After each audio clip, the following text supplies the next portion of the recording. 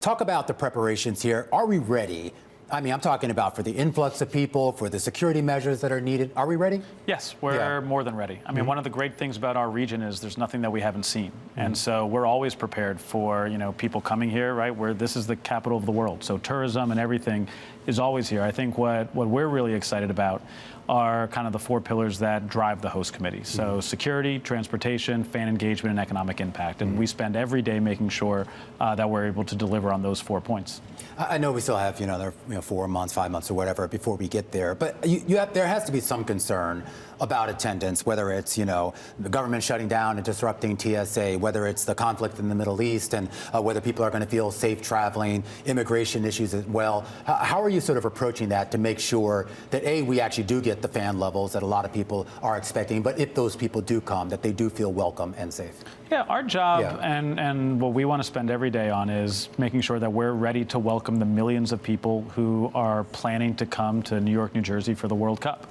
And what we want to make sure is that for a vast majority of the people who won't be actually going inside MetLife Stadium, how are we providing affordable and accessible experiences so that they can participate in the games, while also making sure that people from all over New York and New Jersey are also able to benefit? And so we've got major fan activations at the U.S. Tennis Center, Rock Center.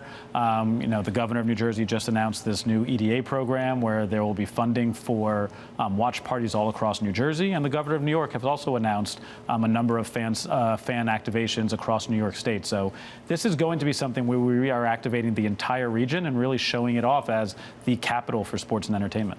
Well, soccer, of course, is a global sport, more popular internationally than it is in the U.S. I think that's fair to say. So I'm curious, what sense do you have of the breakdown between international visitors, fans coming to MetLife, coming to the United States versus domestic fans? Well, it's been 30 years since we've had a World Cup in the U.S., so there's not a lot of, I think, things to compare it to. And what this World Cup is going to be different than any other World Cup. We've got an expanded field, and the final is going to be in the capital of, sports and entertainment and media. I think what we are expecting, though, is a very heavy international contingent coming here to participate, and not just for the teams and the fans of teams who are playing here. We're also expecting fans from people whose teams aren't playing here, and that's why we want to provide those watch party experiences so that they're able to come here, have a home base, and spend their money here in New York to drive that economic impact. Well, Alex, as we mentioned, 100 days out. What do the next 100 days look like for you versus the past 100 days, for example? Yeah, so I think we've really had two big pivot points. The draw, where it kind of went from an abstraction to a reality, right, knowing the exact teams that are going to be here and the times that the games were going to be.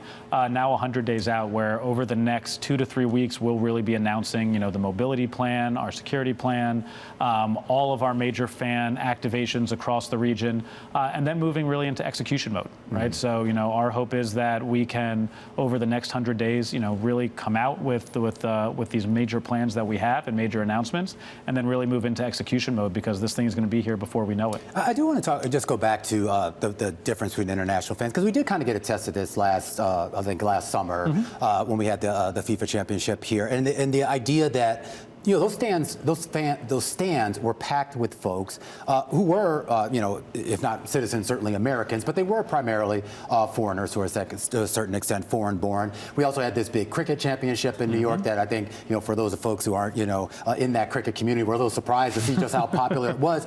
So here in New York, which has always been a big melting pot of different cultures, I would think that's going to play a lot better here, even if you don't get a huge influx of international fans. It seems like there's enough people already here who are going to gravitate to MetLife and Stadium and whatever other exhibits you have. I mean, look, the stadium, all of our activations are going to be full. But I think what really is going to make this World Cup unique and what's really going to drive the economic impact is going to be the international audience that comes here.